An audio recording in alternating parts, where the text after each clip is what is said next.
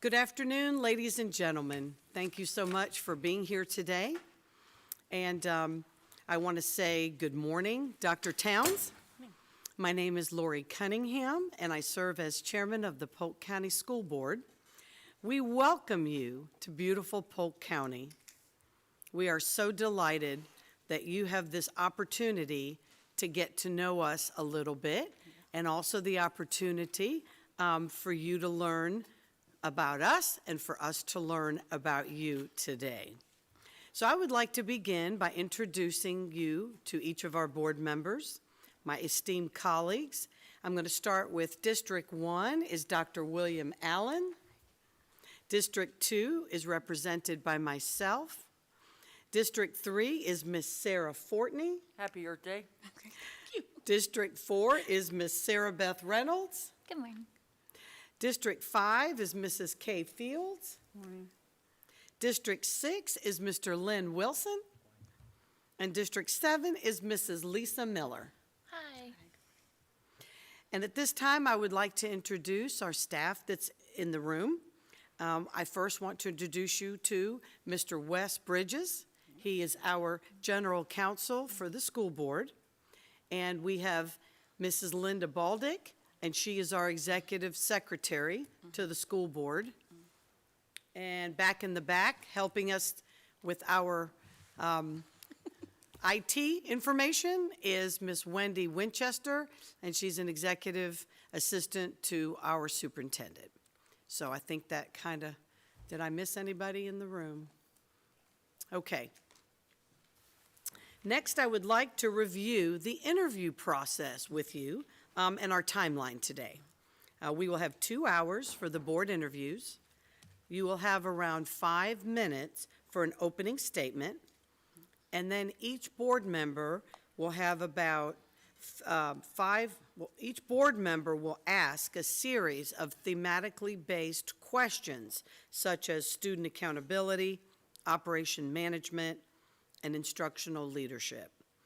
Each board member will then have 15 minutes to ask 4 to 5 questions, and then the number of questions naturally will depend upon the length of the answers. And then I or Ms. Messina will let you know if we're to the point that we only have like a few minutes left in that 15-minute slot.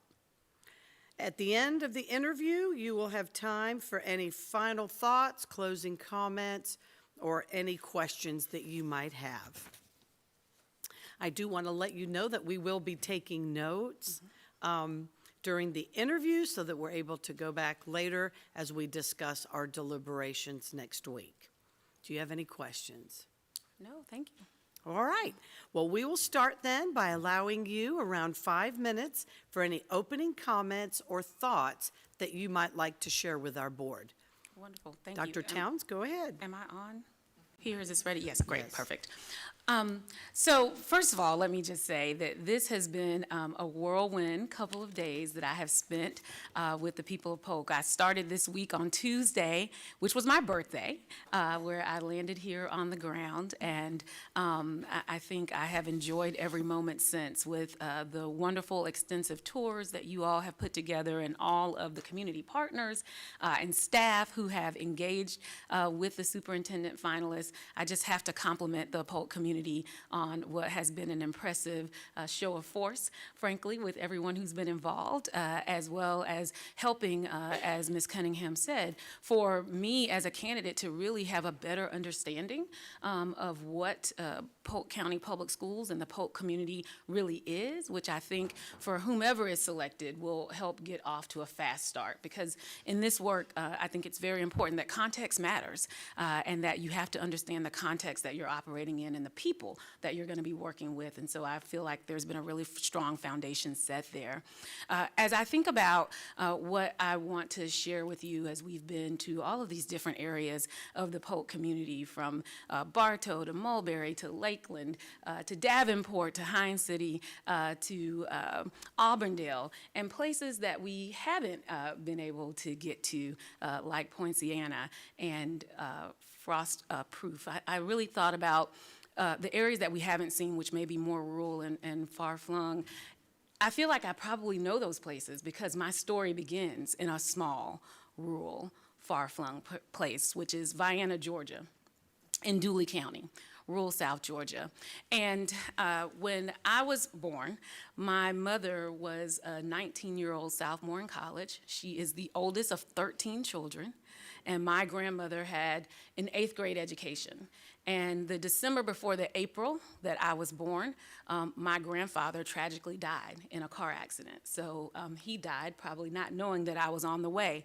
And when I was born, I think as a surprise to my grandmother, with my mother having been high achieving and the daughter who did everything that she was supposed to do, it was very stressful for her to have to tell the family that she was expecting as an unwed mother. And my grandmother, having just been widowed herself, said to my mom that it was urgently important for her to finish college and that she was going to step up and take care of me while she already had 5 children under 10 in the home, who I think I learned a lot from, as when you're at that developmental age, you try to mimic the older children that are around you. And so I think that that did help me with a strong foundational start. When my mother graduated college, she was a social worker, and she committed to working with adults and children with intellectual disabilities. And so we started out, once she graduated, she was able to graduate in 3 years with my grandmother's support, remarkably. She then married her high school sweetheart, who is the only father I've ever known, who actually was a high school dropout. He earned his GED, and he works as a cement finisher. He has his whole life. So I know the value of the skilled trades and that kids have a lot of different pathways to success.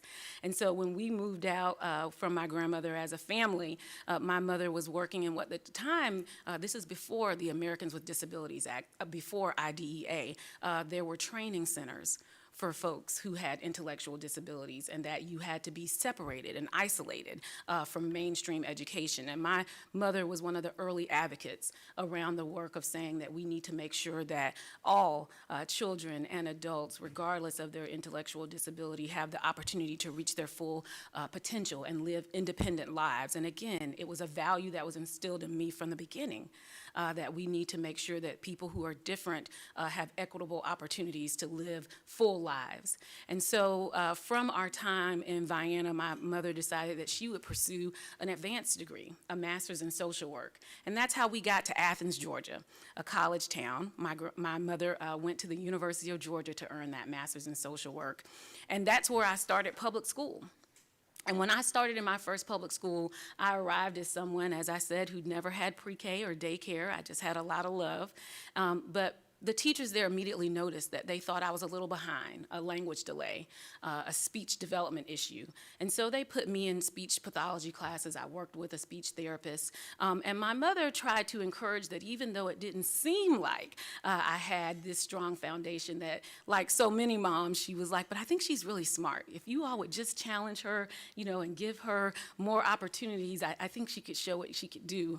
And unfortunately, at my first school, my mother didn't really have an open response from the teachers and administration there. And this is before there was any school choice. And so what my mother had to do was to use a co-worker's address to get me in the school across town.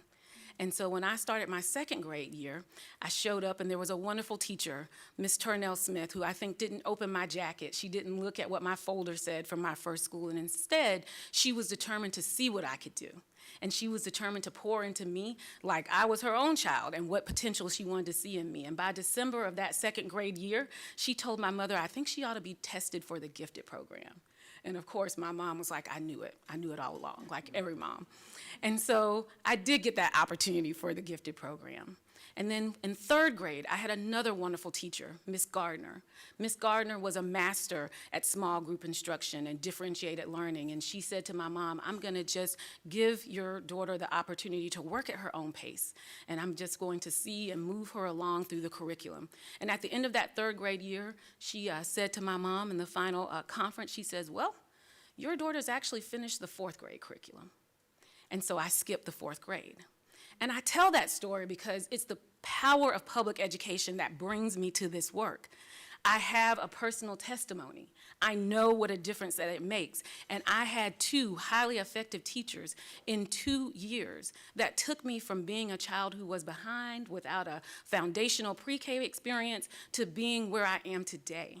Miss Turnell Smith and Miss Gardner set me on a trajectory that took me to Duke University, to an MBA program, to Vanderbilt to be the first in our family to earn a terminal degree, and it is the only reason that I'm able to sit in front of you.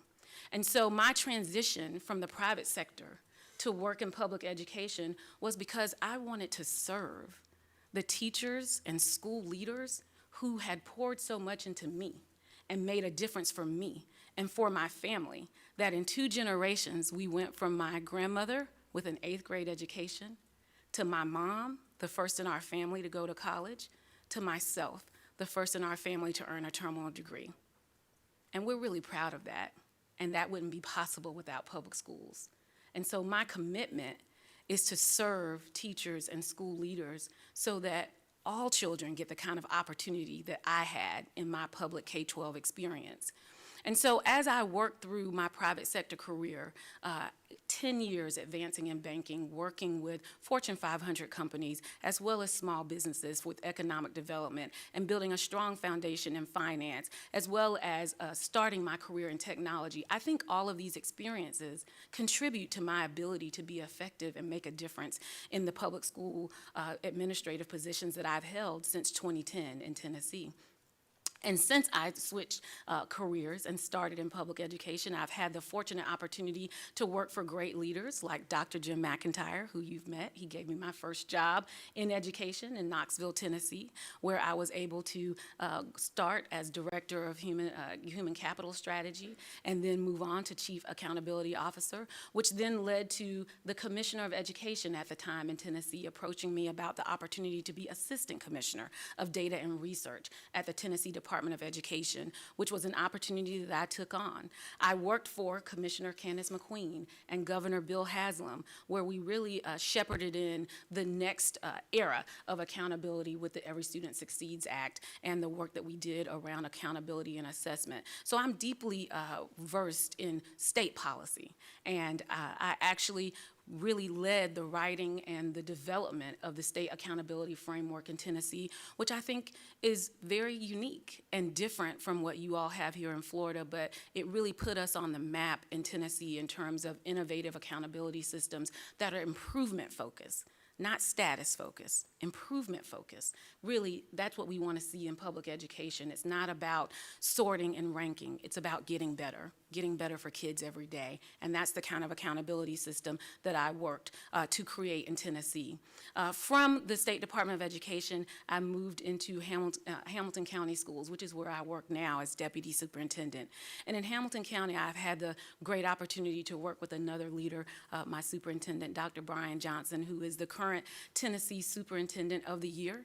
He was an Ed Week Leaders to Watch, and we have been able to build, we think, a culture in Hamilton County that is really about that continuous improvement process and serving all kids. We've had great results in Hamilton County schools where we've been able to improve academic outcomes, but I think what we're most proud of is that we've changed the narrative around the potential of public schools and what our teachers and our leaders can do.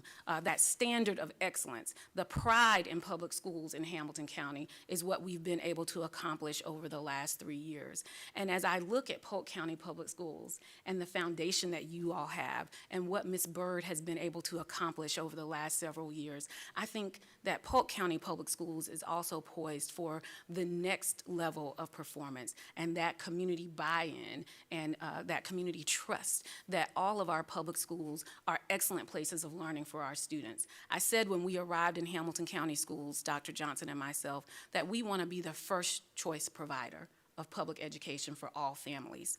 And in Polk County Public Schools, that would be my charge as well, to make sure we are the first choice provider of public education for students and families, because I know the power of public schooling. I know the excellent teachers and leaders that we have in our schools who are working hard every day, and that as your next superintendent, my charge would be to make sure that those teachers and school leaders and support staff, classified staff, central services, that they have the resources that they need in order to serve at the highest level the children and families who come into our schools every day.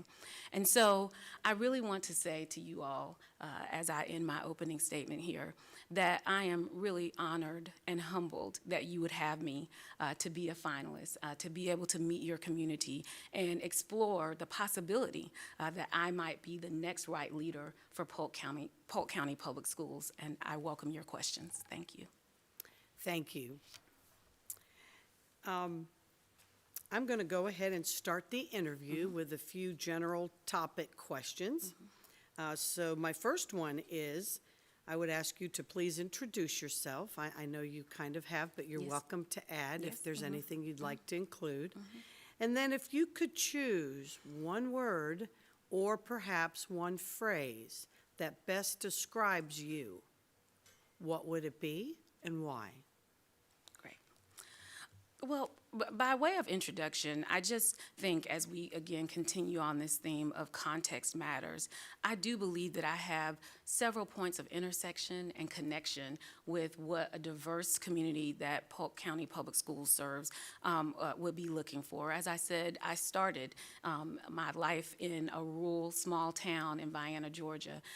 You all have a great farming community and tradition here and a migrant farmer community. My first job as a 12-year-old was actually picking peaches by the bushel. It is an agricultural community that I come from. My family was a long line of tenant farmers and sharecroppers, and so I understand that life, the hard work that it involves, and the aspirations of families who are coming from that farming background. As well, I think when we consider the great higher ed community that you all have here, 8 institutions, flagship institutions like Polk State College, as well as Southern Florida College. I'm from a college town. I grew up in Athens, Georgia. I know what that's like, the potential of that, those connections and partnerships. You all have a great community of business partners with your career academies who want to support the public schools. I think my private sector experience, my non-traditional path to education, the fact that I've worked in economic development gives me a natural point of intersection and connection with those folks as well. I've lived in suburban communities. Now I live in Ottawa. I've served rural, urban, suburban communities. And I say to you that my mother was first generation college, which meant, frankly, I'm first generation middle class in our family. And so in my life, I've been poverty adjacent. I know what that looks like. I know what it feels like when you're depending on programs like SNAP and TANF. And I know what it means to be able to focus in school and have your basic needs met so that you can really focus on that cognitive level and the teaching and learning. So all of those things are what I bring, I think, to context that allows me to be able to build relationships with people in the community and to be able to serve at a higher level, because people feel seen when they know that you're empathetic and you understand where they're coming from. And I think that's what allows me to influence and be able to help lead people to whatever the aspirations and the mission and vision are that we cast. So when you say one word or phrase that describes me, that's hard, but I'm gonna go with one of my personal values and the one that I start with, and it's excellence. I just want to be able to honor the teachers who taught me, honor my family, my grandmother, my mother's legacy, my father.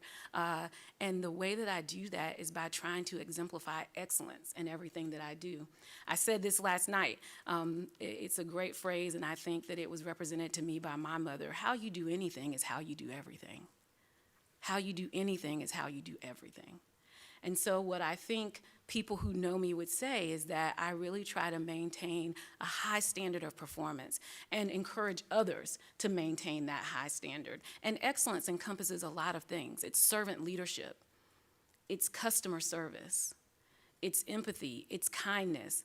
It's the start of everything in terms of how you define excellence. And at the end of the day, when I think about my work as an educator, it means that I want the community to see that what we're doing is trying to accomplish a level of excellence for children, that we're creating an excellent working environment We're creating an excellent learning environment. We have excellent opportunities for our children. We have an excellence, a standard of excellence, a culture of excellence that people see us trying to continuously improve and get better. Thank you. Dr. Towns, give us a glimpse into your transition style.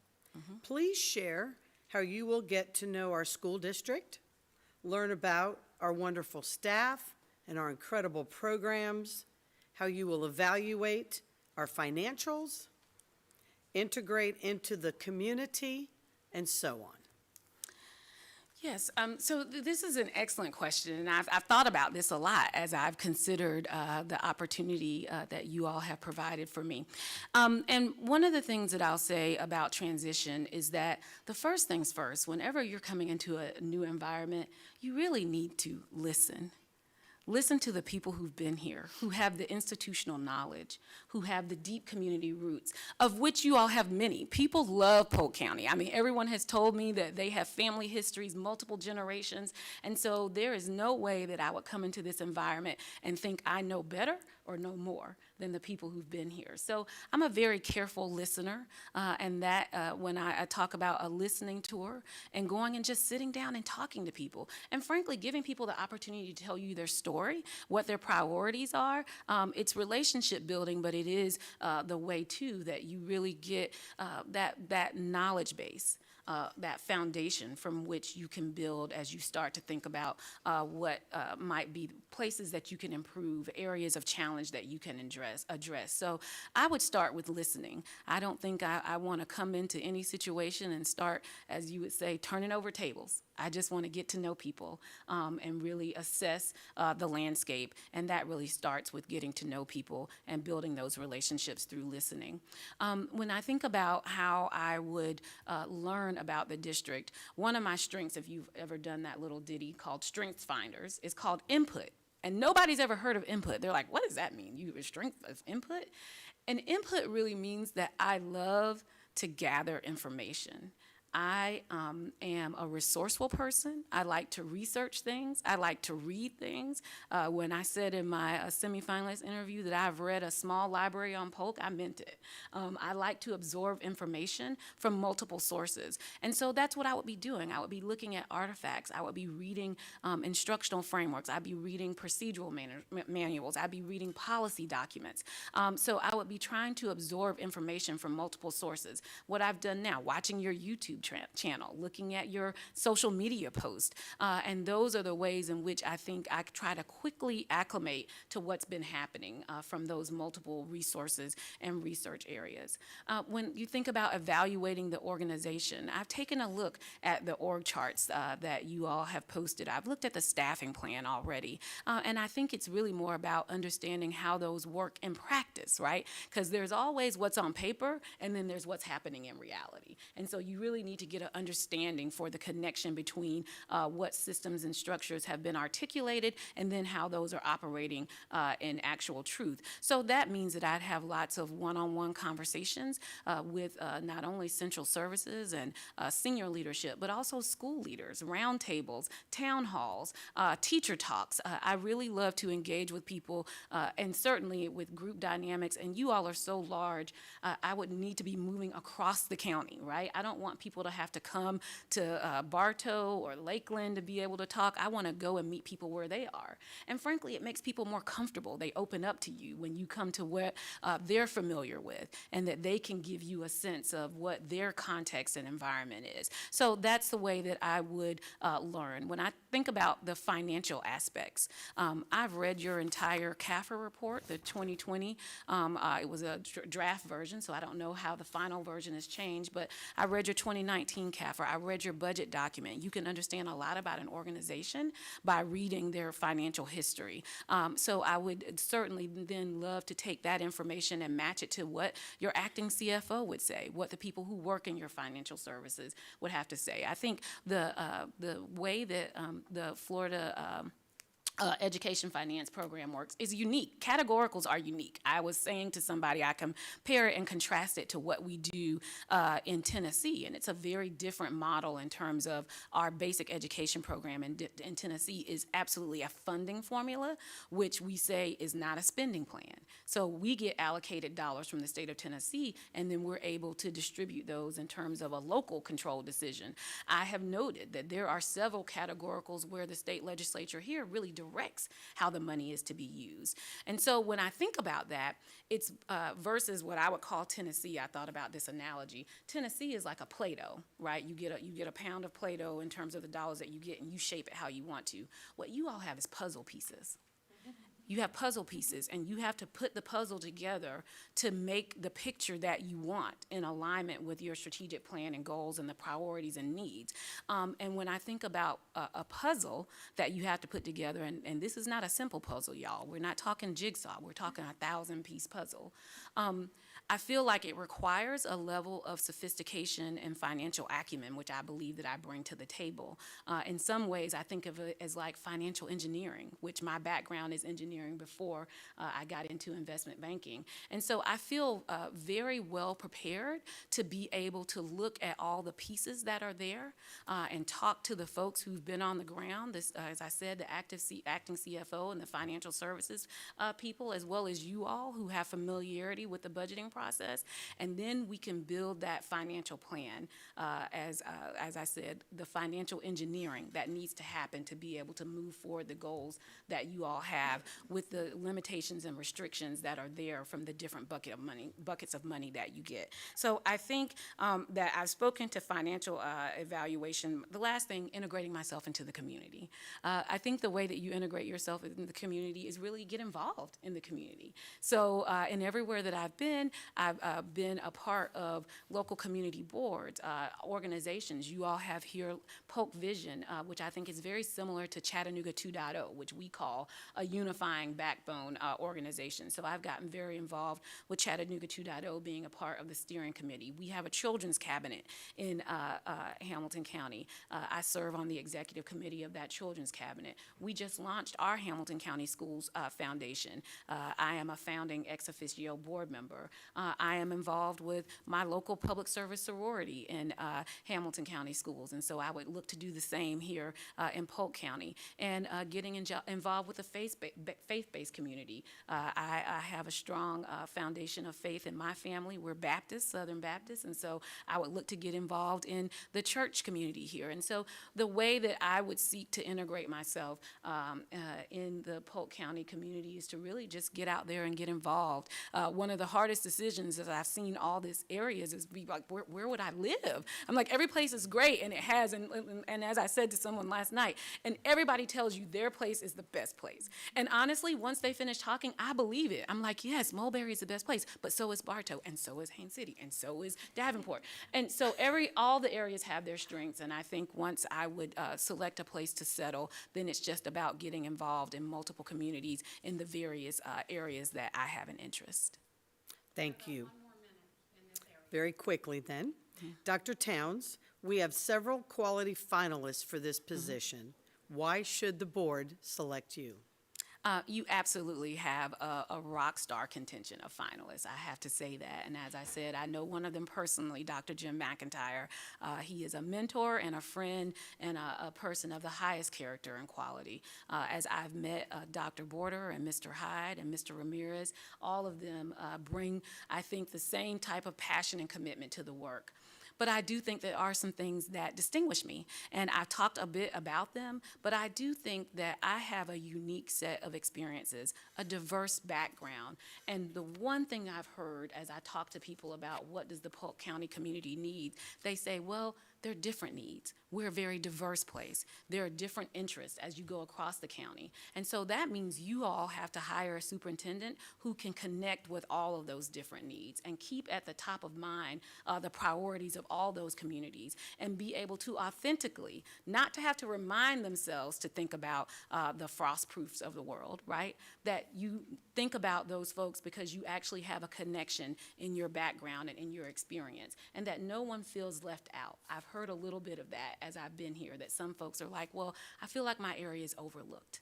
I feel like maybe I'm not as important or valued to the district. And that's the one thing that I believe I can bring to the table, that I can authentically connect with all of the stakeholders, because I have something in my background and experience that tells them that I am absolutely sincere in the fact that I am able to relate to what they are experiencing, that I will listen and prioritize their needs, and that I will act on them. As you can see through my background and experience and the evidence that I have provided you all. In these situations, I think a lot of people are what I call good verbal communicators, but then you have to look for the evidence of impact. And even in the background check process, I provided you all a stack of writing samples because I want you to know how I think, what I've done, and so you all can evaluate that. I brought you a portfolio today.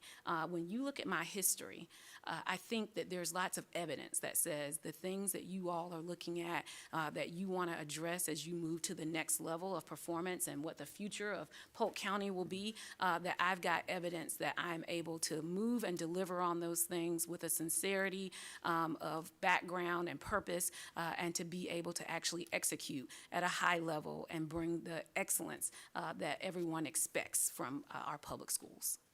Thank you. Next, we will have Mrs. Fields asking questions related to board and community relations. Mrs. Fields? Thank you. Okay, Dr. Towns, my first question is, when a new superintendent is hired, the goal is to make the transition as smoothly as possible for everyone. How would you help both the educational community and the community at large adjust to the new governance style that would come with a new superintendent? Yes, so I think as we talk about the transition, the best way to make sure that it is a stable transition where people don't feel jarred by this change is to not come in and make a lot of change off the bat. And so I think that my goal is to really try to get to know people and understand, as I've noted, the current state. And so what I want is to build trust first and foremost, because once you start to build trust, then as there may be some areas that need to be addressed and some changes that occur, that means that folks are going to be much more open to the ideas that are being presented because they actually trust the person and trust the intent, the motivations, and the reasons behind it. So I believe that building that trust really comes through communication and transparency. And so what you would see from me in that transition process is a lot of opportunities to communicate. And communication is a two-way street, where I would make sure that I'm being able to meet with our Polk County Educators Association, the Principals Association, meeting with our classified staff unions, being able to meet with Rotary clubs, with chambers of commerce, being able to go and talk to the Polk Education Foundation board, being able to meet with the Polk Vision board and community. So I think as I build those communication channels and transparently communicate who I am, what I'm about, and give people the opportunity to provide feedback, that really takes down the stress level, right? It's been said that culture is really values plus behavior. And so I'm going to clearly articulate what my personal values are. I'm going to elevate the values that Polk County Public Schools has put forth. And then folks are going to see through my behavior that I intend to build a culture around those values, and that they will then from there be able to trust the consistency of my decision making based on the foundation of the values that I bring. Thank you. Okay, the next question is, describe what you believe to be the ideal working relationship with the school board. Mm-hmm. And when you have an adversarial situation with a school board member, how would you resolve it? Great. I think the ideal working relationship with the school board starts at this true fact. You all would be my bosses, and I would have 7 managers that I'm trying to meet your expectations. And the first way in terms of making sure that I meet your expectations is that I understand your expectations. We were reading a book recently on our leadership team by Brené Brown. It was called Dare to Lead. And one of the tenets that she talks about is clear is kind. Clear is kind. And so if you all are clear with me and I want to provide every opportunity for you all to lay out to me what your expectations are, what your priorities are, then I believe that there wouldn't be a need for any adversarial relationship, because as your employee, I'm going to make sure I'm meeting your expectations. I'm going to check in with you for feedback. Feedback is a gift. Feedback is not just an annual evaluation cycle. Feedback is every time that I talk to you, asking you, what feedback do you have for me? Because frankly, feedback is the only way that you get better. In education, we talk a lot about reflective practice. You cannot reflect if you don't have someone who's giving you that external feedback. And sometimes feedback is painful to hear, but even when I've gotten feedback that's painful to hear, and sometimes it wasn't always given in a spirit of love that I wish that everybody was conveying, right? But even when feedback is harsh, there is something in it for you to take and improve upon. And people appreciate that they see that you've taken their feedback, even when it came from a place of anger or frustration, and done something about it. And so that's the way that I intend to work with you all as the board. I intend to have regular communication. The way that we work right now in Hamilton County Schools, my superintendent has a weekly call with board members where they just set up 30-minute check-ins where everybody, talks to each other, says what's happening for the week. Is there anything that you've heard in your schools that I need to be paying attention to? So then there's that regular communication. We send every Friday board update, right, where we get our senior staff to give some feedback on what they've done, what have kind of been some of the priorities that they have worked on that week in alignment with our strategic plan, so the board is aware of what's happening operationally inside of the board. We also do a midweek where we do a media update. We get lots of requests and things that people are asking us about that board members, before you read it in the paper or see it on the news, we'd like you to know that we got that inquiry or that we've been communicating with that agency or that news agency about a particular thing, so that you all are aware of it, you would be aware of it as the board. And of course, if you have any feedback or input you'd like to give, that you can provide that. And then, as I said, it's about that annual evaluation process that I think through the process of going through and finalizing a contract, if I am so fortunate as to be selected, I definitely want to know what you all intend for the formal evaluation process. But with that annual formal evaluation process, I would like to ask for a formal mid-year check-in. I want to know, am I on track or off track?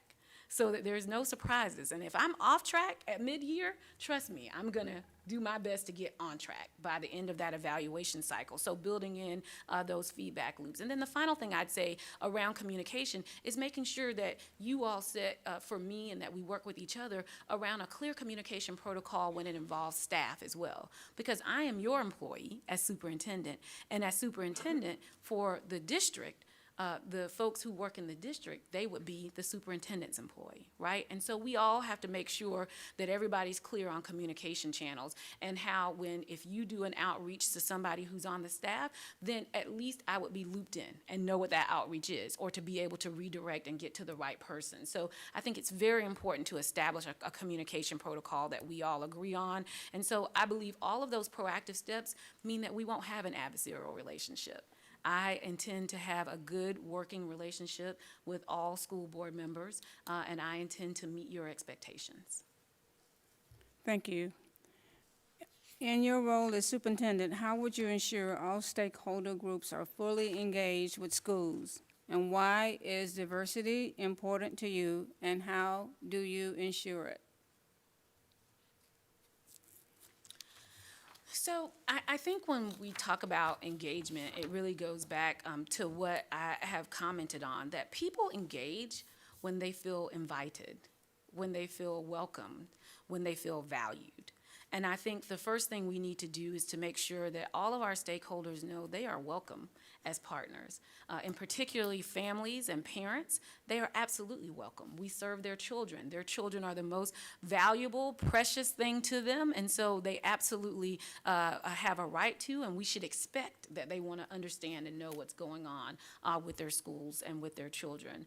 In addition, when we think about all of the partners who have a vested interest, because frankly, public education is a key economic driver, and here in Polk County Public Schools, even more so, we're the #1 employer.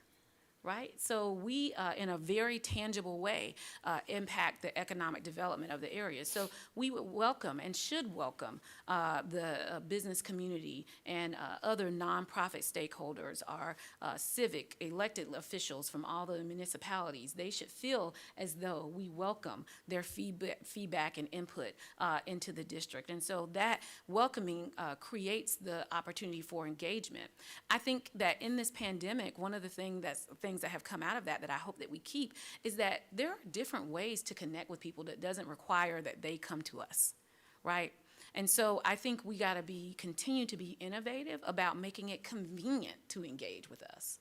And that now that everybody, for better or worse, we've all learned how Zoom works, right? So we all need to make the opportunity to not have to get people in their cars all the time and the time that it takes to travel from one place to another. I would love to set up opportunities for folks to engage if they can do so more easily through a virtual platform or interaction. And so we would set up those opportunities, again, to engage with people in ways that are more convenient or to go where they are. When I think about diversity, and the value of diversity. Well, honestly, I think Polk County is living proof of the value of diversity. Look at the community that you all have built.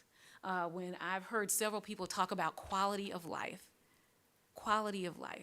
and you see it in everything, such intentional, careful planning around what you all do with recreation, the lakes, your parks, walking trails, the way that you all think intentionally about the kind of civic events and the things that people are able to engage with in their families, creating a sense of cohesion and community in multiple communities and then in the larger Polk County community.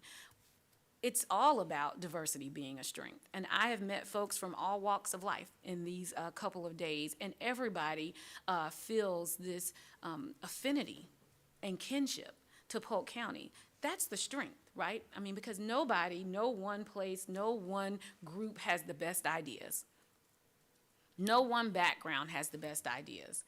We are only getting, I think, the best of innovation when we're bringing all voices to the table and hearing what they have to say, hearing what their feedback is, hearing how they would contribute. And then you get in this wonderful, what I call it, a wonderful baked cake after everybody puts in their ingredient. You get something that's really beautiful. And I think that's what diversity is, and that's why it's important to me. And I have said in my semi-finalist interview that if I were selected as next superintendent, when I think about building out a leadership team, I want it to reflect the full diversity of Polk County. And that's geographically, ideologically, demographically. That's the way that we're going to serve at a high level. That's how we're going to get the best ideas. We have strength in diversity, and the wonderful news is Polk County has a wealth of that diversity pool to pull from. Thank you. Ms. Fields, we have 2 minutes. I'm done. Thank you Thank very you. much. Thank you, Mrs. Fields. Next, we will have Dr. Allen asking questions related to student accountability. Dr. Allen? Awesome, thank you. Dr. Towns, thank you for your time. So student success, based on what you know about our system, I mean, obviously you're giving some broad perspectives on our recreational and all the planning and so forth. I really appreciate that. So, what do you view is the greatest potential for this area of improvement, and what are the greatest opportunities? Yes, when you talk about student success, I think what you all have built is a very strong foundation in terms of your academic programming, right? The career academies, having 29 certified career academies. The flagship that I saw the other day, Central Florida Aerospace Academy. It's really just remarkable what you all have built around that alignment of the career pathways and being able to make sure that kids see multiple opportunities of what they can engage with. The magnet programming that you have, the arts programming that you've built, and how there are so many students who are attracted to that arts pathway. When we were at the Museum of Art yesterday, the visual arts display of your students, it's remarkable. And I was thinking to myself, how proud must your students be to walk into a gallery and see their work?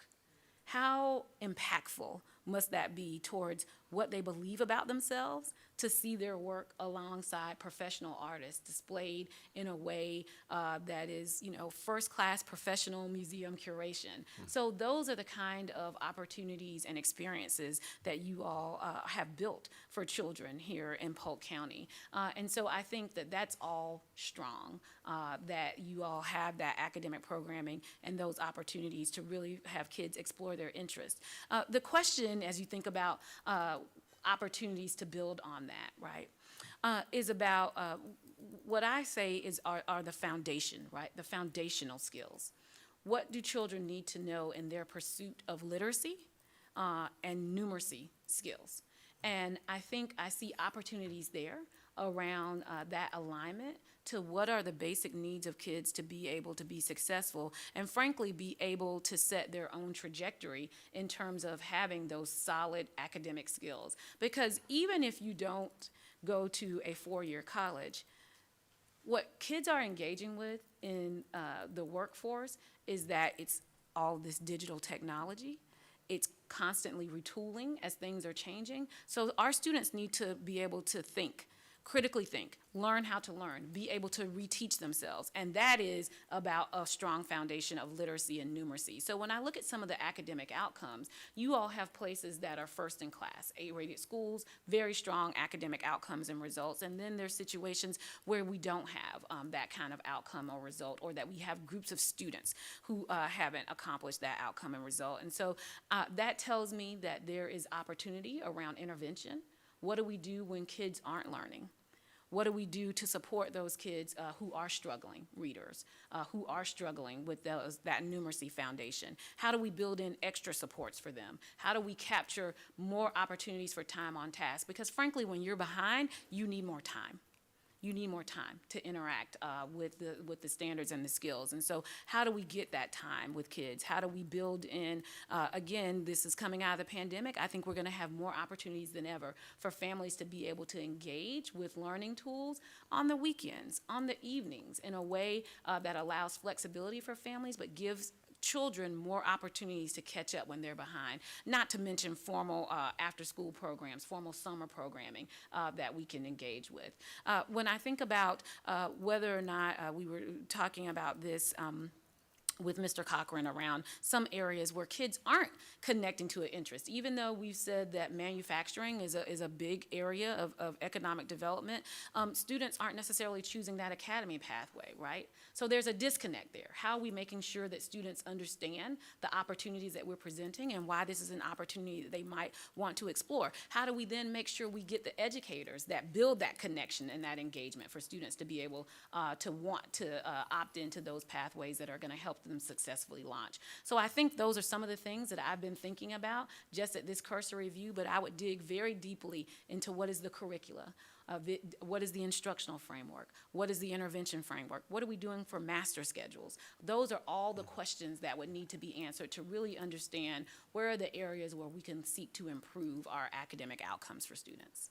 Mm-hmm. So speaking of improvement, sort of maybe taking that one a little deeper, what measures have you used that would be outside of test scores to measure student achievement, and why do you use those alternative measures? So when I think about looking at alternative measures for student achievement, and I'm going to go broadly, right, and talk more about student success, that's non-academic, because a lot of what we do, too, in public schools is not just about what the achievement is, but we're really building citizens, right? We're building folks who are going to be able to contribute and sustain our democracy. So one of the things that we do is also try to collect a lot of qualitative information and feedback in Hamilton County. We have implemented a district-wide climate survey where children give us feedback on what is their school experience. Do they feel safe? Do they feel known, cared for, and protected? Do they have one adult in the building that they feel like really knows them and that they can go to if they were having an issue or a concern? So that's that connection piece, building that sense of belonging, because again, that helps us know that we're helping kids with those relationship foundations that are going to help them be successful as adults. We also do now this year we implemented, coming out of the pandemic, a social emotional learning screener where we really want to know on these dimensions like self-regulation, grit, self-awareness, conflict resolution. We want kids to respond to us and reflect on how they're able to navigate those things, so that when we think about building in social emotional learning supports with our school counselors and social workers and psychologists, that they have a sense of what kids are needing in those other non-academic areas that we also want to progress monitor in terms of student success. When I think about student achievement and other measures of student achievement besides a standardized assessment, look, any teacher will tell you that they're assessing every day. There is no teaching without learning, right? So we have lots of different ways that we're trying to check for understanding. We in Hamilton County have said that we set a clear learning target for every lesson every day, and there needs to be a check for understanding in terms that students know what the learning objective was, what they were trying to accomplish for that day, and at the end of that lesson, be it 20 minutes, 50 minutes, 90 minutes, at the end of that lesson, can students then demonstrate their understanding of that learning? And a check for understanding comes in many different ways. Teachers, we use exit tickets, we use whiteboards, we use, a video reflection. They journal to talk about the learning that they've experienced. So it doesn't have to be in a formal, graded, but there does need to be a check for understanding in terms of making sure that there's mastery towards the skills, and there's many ways to do that, and I think our teachers are experts in trying to assess whether or not students have gotten it, and then respond if they see that students are struggling, and be able to, again, have that intervention process, or to be able in a collaborative professional learning community talk with their colleagues who are also experts when there are student misunderstandings, and what might the teacher next door be doing differently that she's getting that aha moment for a kid that I could deploy as a strategy in my classroom to try to accomplish that aha moment? Or do we share responsibility for the children in an area of strength that I have in a standard or a skill? Me and the teacher next door, we trade. We take, a subset of each other's children and let them interact, because frankly, the success of the children is not classroom by classroom, it's by school, it's by district, right? So we're all responsible for making sure that children are successful, and it is no doubt that just like in everything, teachers have their strengths, right? Things that they're really good in terms of the content and being able to convey that knowledge, and things where they may not be as strong, but the beautiful part about that is there's a team. And with the team works together, then we can get the benefit of all of our strengths, which really benefits the children. So that's how I think about those multiple measures of looking at achievement as well as non-academic outcomes. Mm-hmm.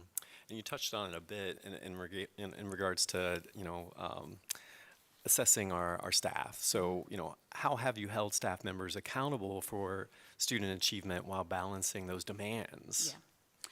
So I think, as I said last night, accountability is one of my personal values, and it's not about external accountability. I think that our educators and teachers and our school leaders, folks hold themselves accountable, little a, because they are responsible. They are responsible for the work. They are responsible for student outcomes. They are responsible for holding up and accomplishing a high-quality public education system. So really, that's where I want to start, with leaning into what I believe is everybody's closely held belief. You don't come to this work if you don't want children to be successful. No one is here to see children fail. As it's been said, nobody wakes up in the morning and says, "Ooh, I'm going to class today. I hope folks don't learn." That's not it. People are doing their level best, and what they need is more resources and support. So instead of talking about accountability, I talk about our responsibility to children and to the communities that we serve. And then I talk about what supports do people need. We have to build capacity. We have to build capacity. And if you ask teachers what they need, they will tell you. We were meeting with teachers just this morning, and we were having a robust conversation about what kinds of resources and what kind of supports do they need to be successful. And so then I feel like it's my job as a superintendent to go and get those resources. Remove barriers that teachers are experiencing, that school leaders are experiencing. And then you see performance rise, because you've been able to provide the supports, build the capacity, remove the barriers, and children flourish. And I think you've seen that in every situation that I've been in Knox County schools, at the State Department, now in Hamilton County schools, that we've been able to support teachers with resources, remove the barriers from them being able to serve children at the highest level. And as a result, outcomes rise. Teachers know what to do. A lot of things get in the way. A lot of times they don't have the tools that they need. And so I think that it is incumbent upon those who work in service to teachers, and that's what I believe central office is. We work in service to teachers and school leaders, that once we remove those barriers, we provide those supports, teachers will tell you again, as we said, everybody has strengths and weaknesses. You're going to be adopting new standards in Florida. We're starting with K-2 ELA next school year. I'm sure there are a lot of teachers right now in K-2 who are thinking, I need support around these new best standards. And so it is incumbent upon us to provide that now.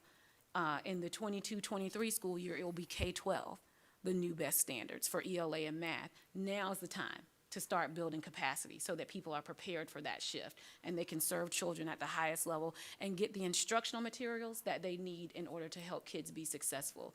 The one thing that always pains me is when I see teachers talk about the amount of time they spend looking for resources on Pinterest, teacher pay teachers.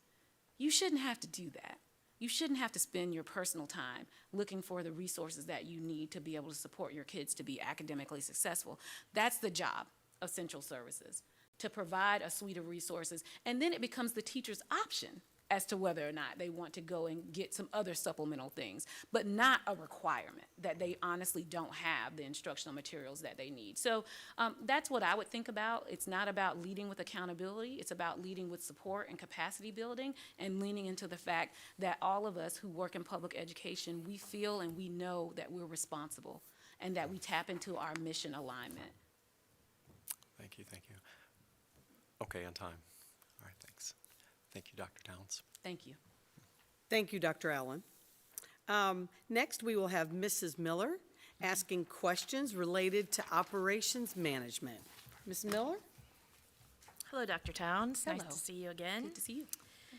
My first question is, for smooth operations across divisions, it is important to build a leadership pipeline. Please discuss your approach to ensuring qualified leadership in all areas of the organization, including the district office. Yes, absolutely. This is a passion of mine. I came into public education working in talent management.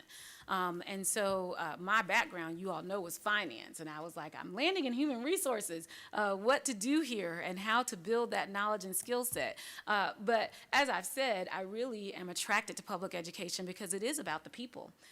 And that the work that I want to do and how we serve people is that when you show you value them, you develop people. And that you show them what the pathways are for their future career and what leadership opportunities that they have, and making sure that they understand what are the next competencies and skills that they need in order to be able to pursue one of those next leadership opportunities, and then building that skill and competency for them and giving them opportunities to do that. And the way that I think about it is a very formal leadership development, which starts with robust performance management. And really, the performance management, you should be asking employees, what is it that they want? What is it that they want to do? What is it that they're interested in? What are the kind of opportunities that they want to have? Where do they feel like they need to build their skills?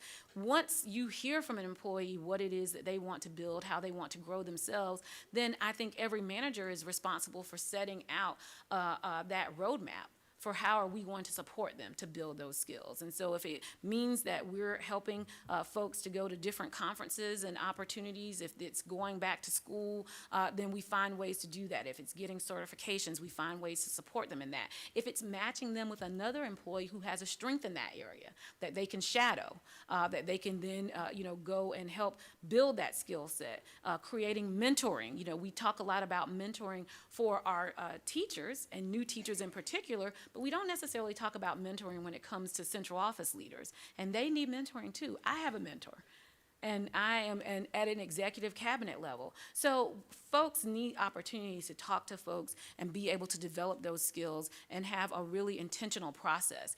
We've also set about building more specific leadership pipelines in Hamilton County. We launched what we called our LEAD pipeline development, and that's leadership exploration of and development that we've put in place. And so we've built that leadership exploration and aspiring development at every level. It's for teacher leaders, So classroom teachers who might want to move into instructional coach positions or curriculum content positions.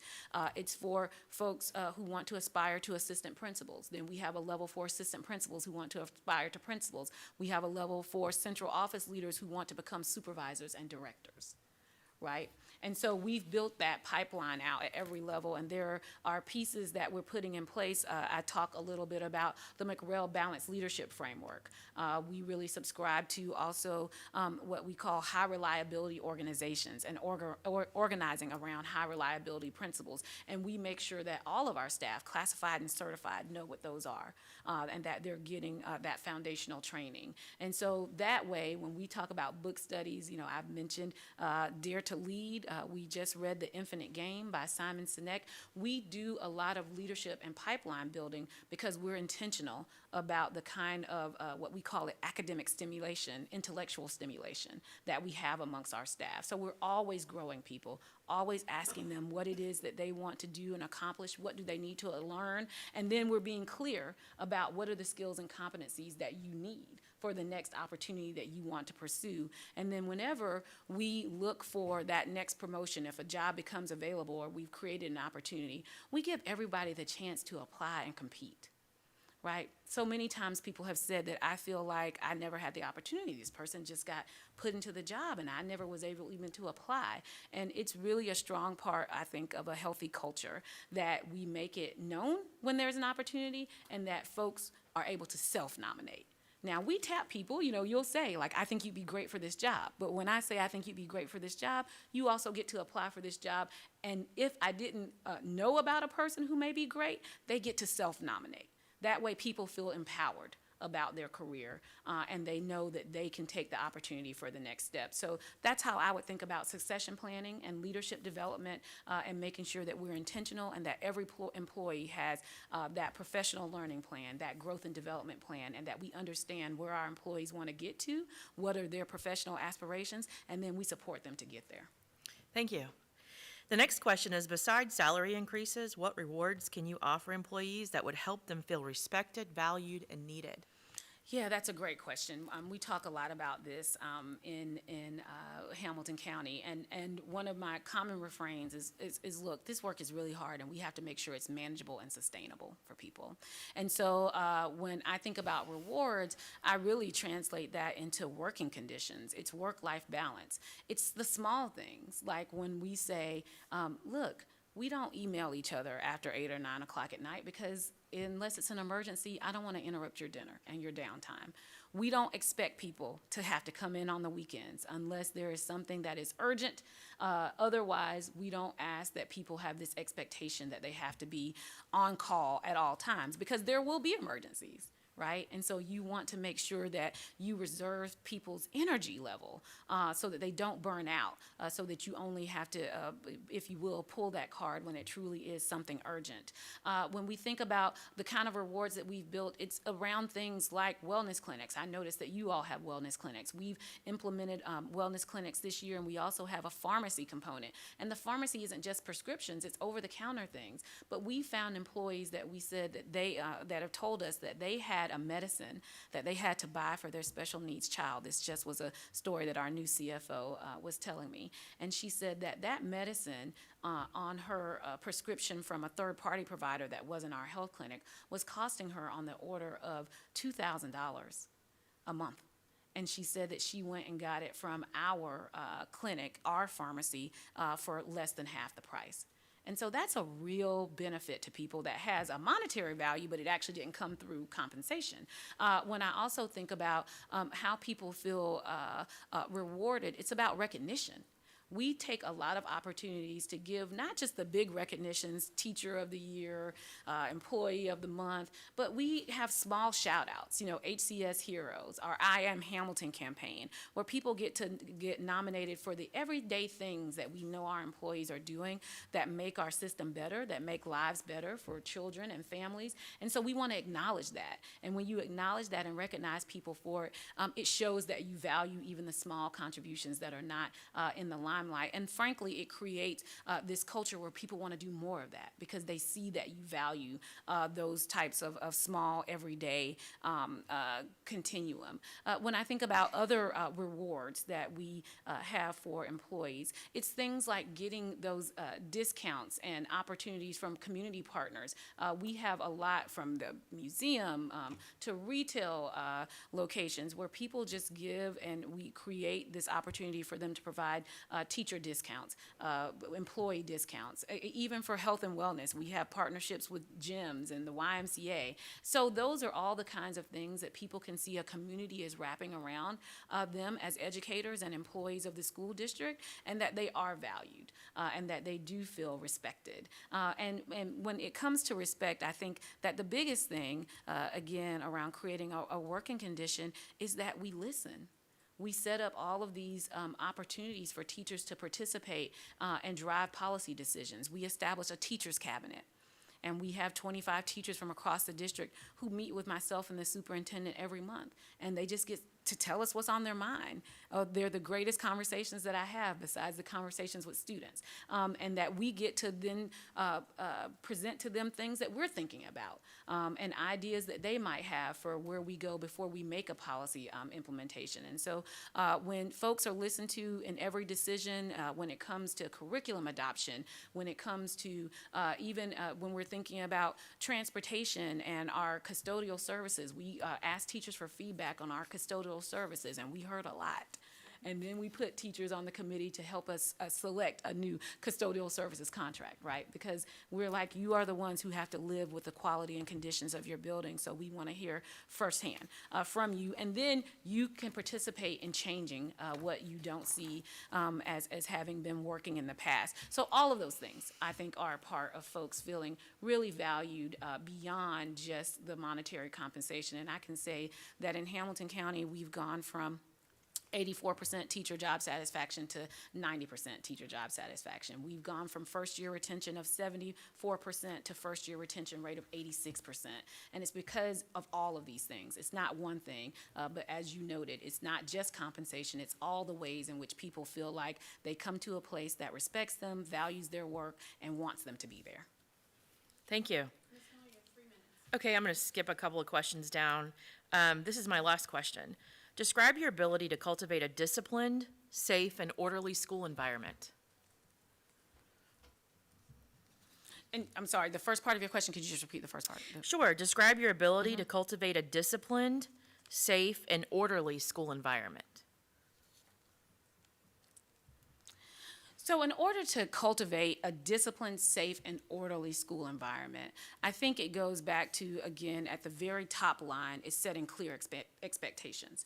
Setting clear expectations for students and families, first and foremost. And so we went through a process 2 years ago where we completely revamped our student code of conduct in Hamilton County Schools. When I got there, we had a little trifold document that was our student code of conduct. And as you know, when you think about our middle school and high school age kids, a trifold document is not going to get it in all the ways that they can figure out to do things that we thought were unexpected. So we really defined and moved to what we now have as a full 35-page document that really sets out the expectations for kids, as well as a set of consequences. And so we make sure that all of our middle school and high school kids every year, when we do re-enrollment, they sign off that they've read that and acknowledged it, as well as parents sign off and read and acknowledge it. So that is the first way, setting those clear expectations for students and families in terms of what the behavior expectations are and what will be the consequences if they don't follow those.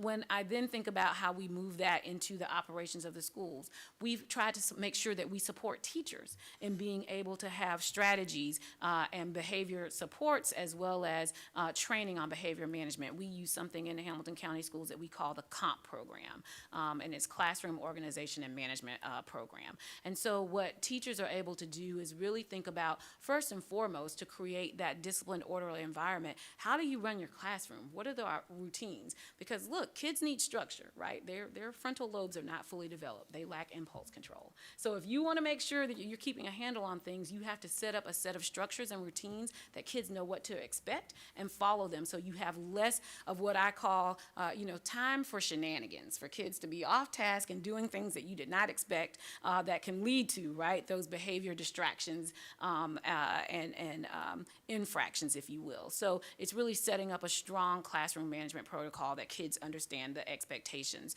When I think about student safety, this is something that we've set those systems and structures in place that when you consider all the kinds of crisis response, not the least of which is the experiences that we've had around school shootings, which you all have experienced in Florida with the Major Reese Stoneman Douglas shooting, that we've really doubled down on making sure that folks understand and practice our safety protocols. What happens when we have a school intruder? We revamped our emergency protocols, because you may recall that there was a time that we thought with school shootings that we try to hunker down in a classroom. And now our guidance is you need to escape if there is an opportunity, and that then we have to drill on that. Like, what does that mean? If you are far enough away from the active shooter, how do we have those exit paths and plans? And then where do we convene children and staff to be far away from that type of danger? But similarly, for fire and tornado, we have expectations around making sure that we have our schools drill on that. Then we've started something, we hired a new student safety coordinator in Hamilton County Schools, and we started doing tabletop exercises where our sheriff's department with our school resource officers and our safety coordinators sit down with the school administration and walk through a scenario. And they talk through the thinking of what decisions would need to be made, how will we handle this, how will we respond to it, so that in a crisis, people do have some schema to pull on, right, to go into their response. And so that really is part of the safety piece. But frankly, I think the culture that we try to build is that we want people to see our schools as places of joy and as learning environments for students. And so those contribute to being able to build that culture of discipline, of safety, and making sure that we have a behavior that meets our expectations, as well as having those behavior supports to redirect kids. We have deans, we have in-school suspension monitors, we have behavior classrooms and teachers, so that when kids do need that kind of redirection, we have the opportunity for them to get that with someone who is a trained professional, because as it's been said, we have to teach behavior just like we teach academic expectations. And when a child is not able to be on task, we have to intervene, redirect, remediate around that, so we've built in those supports to be able to do that as well. Thank you so much. Thank you.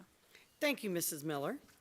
Next, we will have Ms. Fortney asking questions related to instructional leadership. Wonderful. Ms. Fortney? Thank you. Well, my questions are long, so get ready. Okay, thank you. We only have 14 minutes. Okay. Oh, I took a minute, I'm sorry. Figures. What is the most important current issues? What are the most important current issues facing school-level administrators? What is the district's role in addressing those issues? And how have you influenced school culture as a principal or district-level administrator? Great questions. So I think the most pressing current issues for school-level administrators really is twofold. The first one, I think, is really around the mental health and social emotional supports for kids.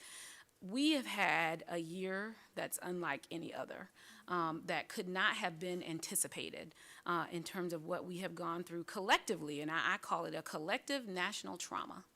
And my 47-year-old self has struggled during this time, so I can only imagine what it's like to have been experiencing this as a 9-year-old, a 15-year-old, 17-year-old. And our school administrators are charged with leading a building of adults, the teachers, the staff, and children who have all been going through that shared national trauma, and now we're back together in these small communities in a building. So administrators have to figure out, how do we have grace towards that experience? How do we support people through that? How do we acknowledge what we've been through and make sure that we're taking care of the mental health and social emotional needs of our school community, which is, again, the adults and the children. And one of the ways that we've really tried to lean into that, a couple of strategies in Hamilton County, is that we have something that we call Wellness Wednesdays, where our counselors, social emotional learning department get together and have video vignettes that we were doing when we were completely shut down for families to engage with, that really just talked about mental health strategies and how do you support children while you have them at home, and how do you keep your sanity as a parent who's now been thrown into homeschooling, right? And that we really had those kind of timeouts to just talk about the ways in which you can support the social emotional well-being of children. And then we have an ongoing program that we call Whole Teacher, Well Teacher, where we really make sure that our staff thinks about self-care. It's not just trite. People have to take care of themselves first. As it's been said, as you know, when you're on an airplane, they said, put your mask on first before you put the mask on of the child or the person next to you. And that's what we've tried to tell our administrators, and I think school leaders similarly have to uphold that in their learning environments. The second critical issue that I would say school leaders are facing, and particularly this is at the elementary level, is all of the prevailing research now around literacy and the science of reading, and being able to make sure that we build strong foundations for kids to acquire those literacy skills. And there's been a lot of robust debate about what we need to do in order to help kids learn to read. And now I do think, though, there's a prevailing set of evidence around how we need to ensure that we have strong reading foundations. And now that we know better, we have to do better. And so those elementary administrators are having to lead that change and the implementation of new instructional materials and curricula that really adheres to both that strong foundation of knowledge building in the early grades, which I think in many ways we walked away from, that knowledge building and background knowledge wasn't important, and then explicit phonics instruction. And it's not an either or, it's a both and making intentional literacy blocks that actually align to the evidence base of what children need, and then building in those interventions and supports. When I think about my role as a district leader in helping school principals in both those areas, I think that this is what I've been called to do in terms of service of school leaders, and as I've reflected on because of the experience that I had in public schools. And so what I've ensured is that when it comes to the mental health and behavioral supports, that we've made sure that we provided more resources. 2 years ago in Hamilton County Schools, we didn't even have a full-time counselor at every elementary school. We didn't even have a full-time counselor at every elementary school, and that was in 2018. And so we've made sure that immediately we are prioritizing the budget, that we have a full-time counselor for every elementary school. We've gotten our counselor to student ratio in elementary down to 1 to 500. It's 1 to 300 in middle school, and we're at 1 to 250 in high school. And we're trying to improve upon that. We only had 15 social workers for our entire school district of 45,000 children, which, by the way, you all have 15 people that are classified as social workers for 110,000 kids. That's shocking to me. We added 10 social workers since I've been there, 25, and we're going to add 5 more for fiscal year 22 to be up to 30 social workers, so that our school administrators aren't having to do that work on their own. They have people who can help support what we would call our most at-risk students, tier 2, tier 3 students, right?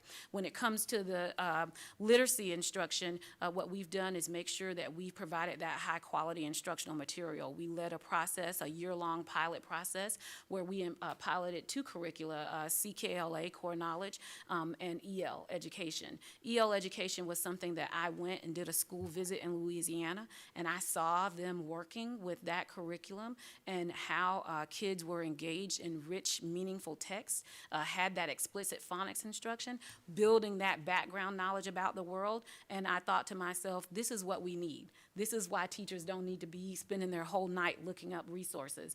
And so we piloted both of them, and I'm pleased to say that our teachers led the decision that they agreed with what I saw, that EL was the type of curricula that we needed. And then we stepped up to be able to provide the resources. We had the most expensive literacy adoption that we've had in Hamilton County history. It cost $11 million to implement EL plus My Perspectives is what we're using in 612.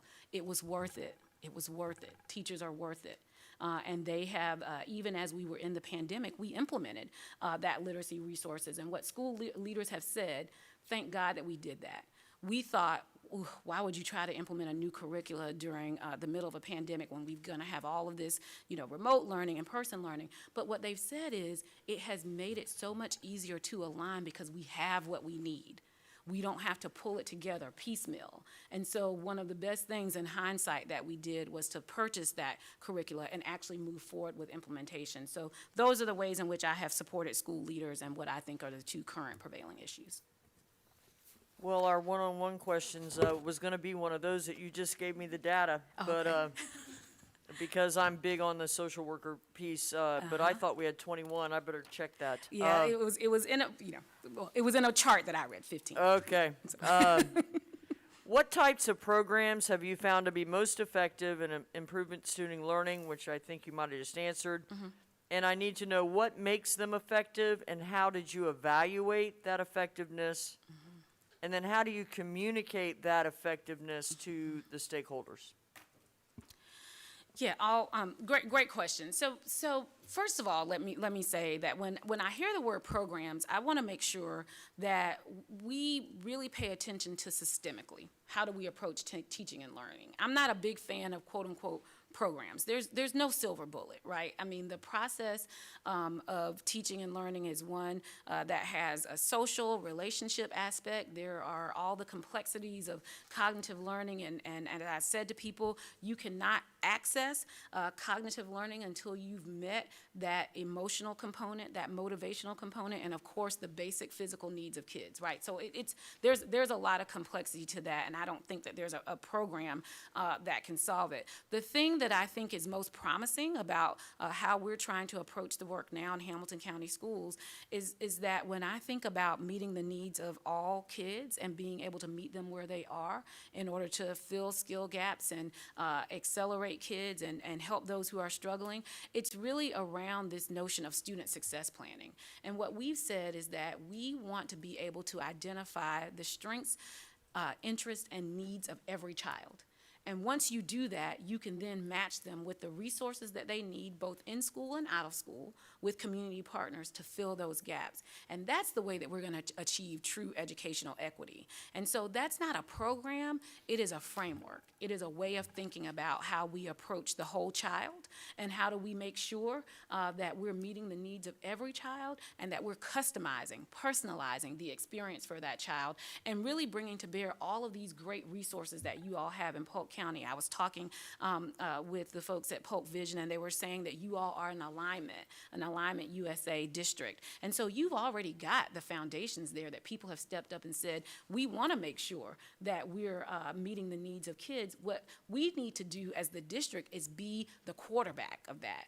Because we have the children, we interact with the families. Everybody has to come to us, compulsory education in all 50 states, right? And so we have the opportunity to really get to know families and be able to be that referral source to connect children and families with those needs that are out of school, and then let them know what it is that we think are the priorities for that child, right? And there's a feedback loop that says that if Johnny is struggling as a reader, and then he goes to your after-school program, Mr. or Mrs., third-party provider, you know the reading challenge that we've been experiencing. And oh, by the way, we have a platform so you can see the teacher's feedback as to whether or not that after-school tutoring you've been doing with Johnny, is it making a difference? And if not, you know that so you can retool it, right? So there's a communication channel. But let's say that Johnny's issue isn't really around academic, it's non-academic.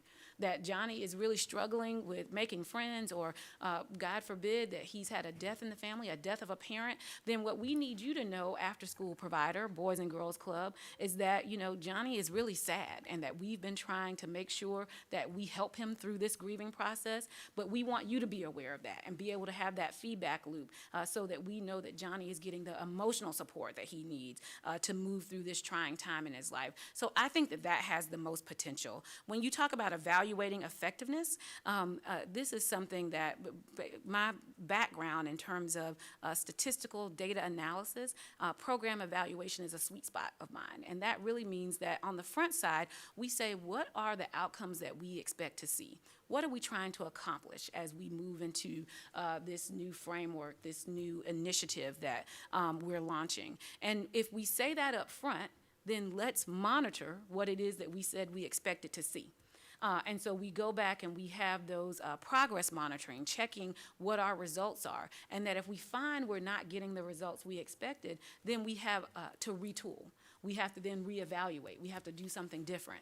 And then if we get to the end of a cycle and we were like, we've retooled, we've rechecked, we've reevaluated, and we're still not getting the results that we expected, then it's time to divest in that and do something else.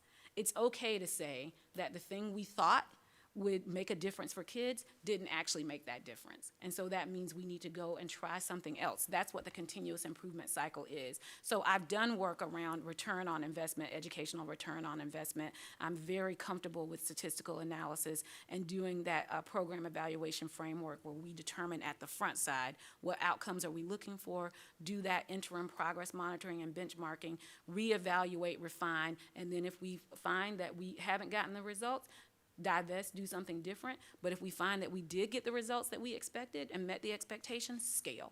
Let's do more of it. Let's do more of what's working. Ms. Fortney, your time has elapsed. I'm sorry. Thank you, Ms. Fortney. Next, we will have Mr. Wilson asking questions related to business services. Mr. Wilson? Thank you, Madam Chair. Dr. Towns, good afternoon. Good afternoon. And happy belated birthday. Oh, well, thank you for that. Thank you. So we're going to talk for a few minutes about budget. Share with us your plans for the district's budget development process, and specifically as it relates to the involvement of principals, directors, and other administrative staff. Great question. You know, a lot of times people talk about this framework they call zero-based budgeting, and I think that that's a private sector term, zero-based budgeting. Everybody loves to hear it, that your budget can go to zero. But I think when we think about public schooling, frankly, that's not practical. We're never going to be at zero. We serve kids, right? And so when the children are here, that means that they have needs that we need to meet. And so every year, instead of thinking about going to zero, I say that we every year prioritize. And so what we use is a framework that's called priority-based budgeting. And I think that it is the public sector way to think about that notion of every year we evaluate what are we investing in and how is it supporting the needs and the goals, the needs of students and the goals that we have. In the priority-based budgeting process, we start with principals and directors. And we say, in alignment with the strategic plan, what is it that you need? What are the things that have been barriers that if we're going to meet the goals that we've outlined, the key performance indicators that we've outlined in our strategic plan, what resources do you need? What additional personnel support? What kind of tools? And so in that process, we formally collect from our directors and our principals their prioritized list of needs aligned to the strategic plan. And typically we end up getting what I call, you know, a very robust and full list of needs that this year it was around $40 million of requests that we got from people. But what it helps us do is actually say to the community, these are all the things that our school-based leaders and our directors and central services folks are saying that they need in order to accomplish the goals that we've set forth, that the community and the board have adopted. So that's a level of transparency, and I think it actually creates a dialogue and conversation that's useful. Now, you know, in any given year, we don't have $40 million to add onto our budget in Hamilton County Schools, where we have a base budget of about $500 million. Yes, $500 million, $500 million. And so with that, it starts to be on that prioritization list. How do we then say amongst all of those important things, what are going to be the things that we try to fund? And that conversation really starts to happen around the senior leadership team table with the board. We always have a process where we start with a community input cycle. When we've heard from our internal folks, we go out to the community and we have budget community meetings where we ask the community what they're thinking around the things that we've heard from school leaders and directors that they might like to invest within, or that they see things as priorities. And then from there, we have individual meetings with board members before we ever develop the first budget draft to say, what do you think amongst these things? And so with everybody at the table, we then begin to look at what our resources are going to be, what revenues are looking like, what additional areas, dollars do we have for investment, and then we take that list and organize it and say, this is what we've heard from all of these stakeholders, the community, our employees, the board. These are the dollars that we have available. Here's our strategic plan, and that's how we come up with the priority-based budget process and the development process of a budget. Thank you. How would you ensure that schools located in under-resourced areas receive the attention and resources they need? Yeah, I think equitable resource allocation is really at the crux of what you need to have an eye towards and pay attention to as a superintendent. And I have, in both Knox County and Hamilton County, done an evaluation of how do we allocate resources to our schools. And when you line that up, and to your point, when you look at poverty levels in schools, which I think is a pretty good indicator of what are the needs of that community and whether or not that community has a lot of that social and cultural capital for resources, that helps us then to be able to look at whether or not we've provided the necessary resources for high-need schools to be able to support those children to high levels of learning and the high expectations that we have for all kids. And so what that resource allocation evaluation looks like, I think, is that, you know, it's not just, I downloaded your staffing plan, and I can see the numbers of personnel that are at all of the schools, and then you have kind of the enrollment. And so I always like to look at it on a per enrollment basis and then look at the poverty levels in terms of whether or not it makes sense when you think about higher poverty being higher need.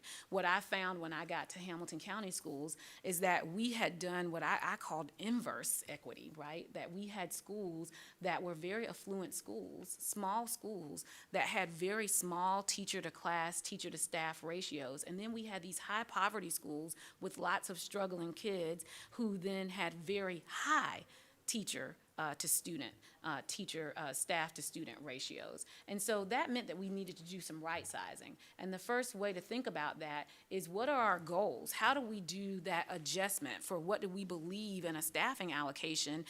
If we think that poverty is an indicator of need, how do we then augment what is the allocation for a school that's high poverty versus a school that's low poverty when they're both 500 students? It can't just be about enrollment, right? There are needs, and it's not just, poverty is one indicator, but then if I look at how many English learners they have, how many students with disabilities, students with special needs that they have, all of those are indicators that that school may need more resources even though they have the same number of students, because there's a different dynamic of those students. And so I think beginning that analysis, doing that ratio analysis, looking at that versus other indicators of need, like the poverty rates, the percent of children with special needs, the percent of English learners, and then taking a holistic view where we look at all of our funding sources, federal funding, title dollars, other funding sources, private grants that we have, and then being able to build a full picture of, does every school have the resources that they need? And in particular, in under-resourced areas, we know that they don't have the community capacity. Like, some of our schools have tremendous fundraising. I was looking at some of your school allocation balances. You have schools that have a couple $1 million in the bank. And then you have some schools who don't even have $100,000 in the bank. And what that tells me is that some communities have the capacity to fundraise versus others. One of the ways we try to address that inequity in Hamilton County schools is that we started doing a school allocation instead of having folks collect school fees. And some families, some parents don't have fees to give. We started saying that we would do an allocation to every school, that they would get $55 per head from the district, to make sure that even our schools where families couldn't give $55 for school fees, that we covered that. So every school has a budget, and they have resources that they can make available to support teachers and to be able to do the types of activities and events. So I think it's those kind of things that the district has to step in, evaluate the resources, look at them on the different equity lenses, and then make provisions that the district provides when a community is under-resourced, that we then have to make sure the district comes in and supplements that community to make sure that all of the children have equitable opportunities and resources. Oh, thank you. What role do you see for the board in the development of the budget?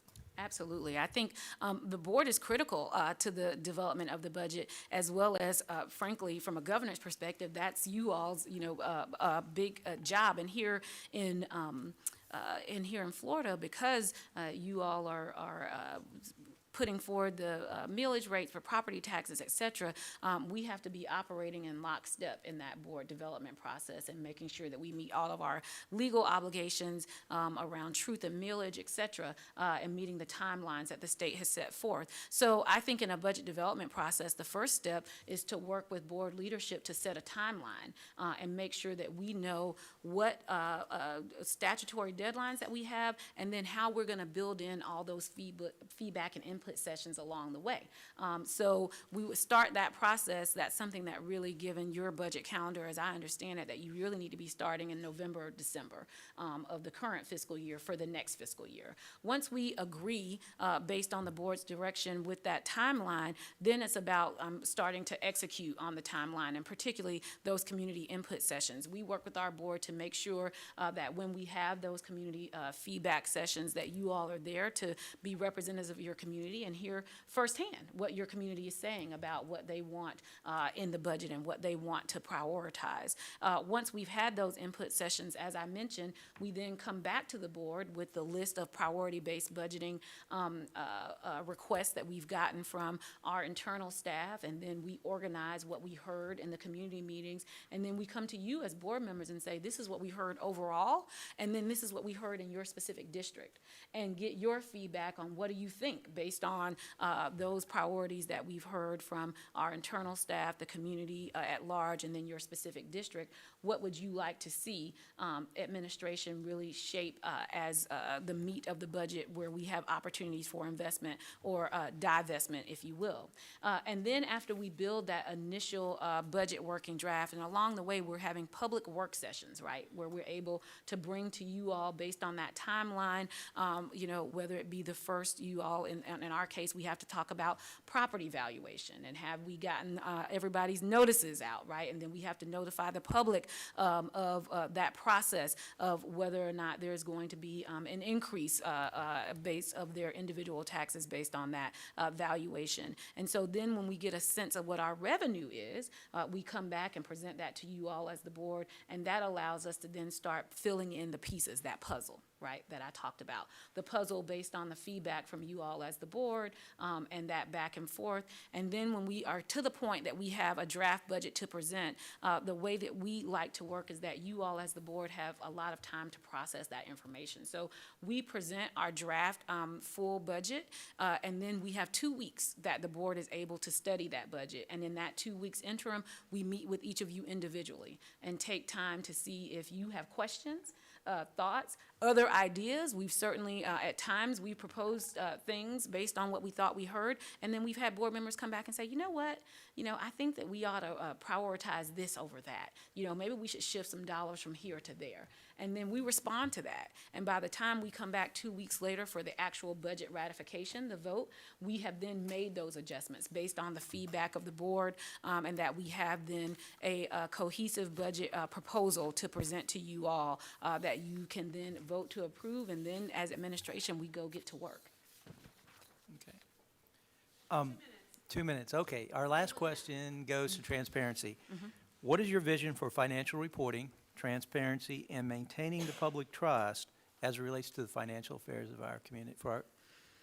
And think about it from the perspective of our community, please. Yeah, absolutely. Transparency is key.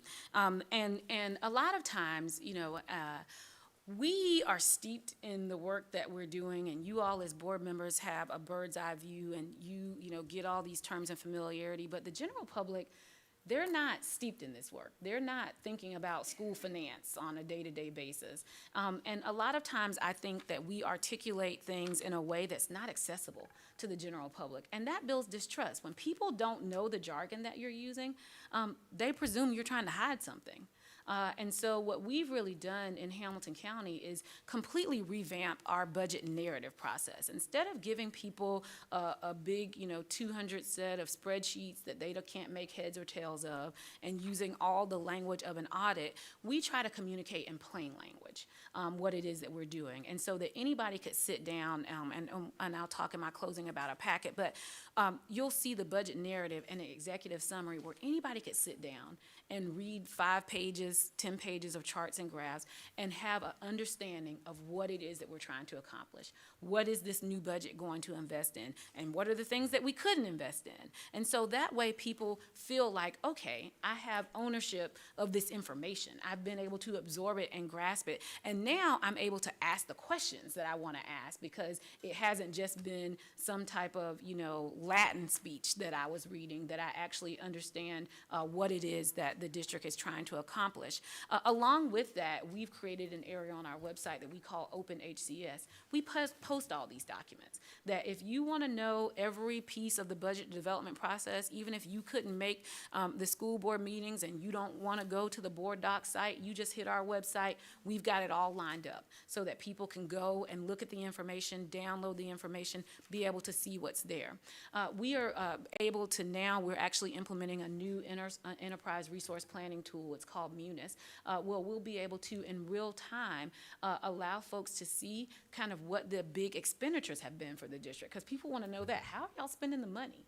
And so it's really a different way of doing what we call open checkbook, so that you can show people this is where expenditures have been. This is what we're spending money on, so that people have confidence that they know that we're being good stewards of taxpayers' dollars. And oh, by the way, this is what we said we were going to spend the money on. So you can check that what we adopted as the budget is actually what's happening in real time. So with that, I think that those are the ways that I would think about transparency and being able to make sure the community understands and trusts what we're trying to accomplish with the budget process. Thank you, Dr. Towns. Thank you. Thank you, Mr. Wilson. Ms. Reynolds asking questions related to personal leadership. Wonderful. Ms. Reynolds? Hello, and I have 4 questions and I think 15 minutes? 14 minutes? Okay. All right. So the first one is, what is the ideal relationship between law enforcement agency and the school districts in ensuring safe schools?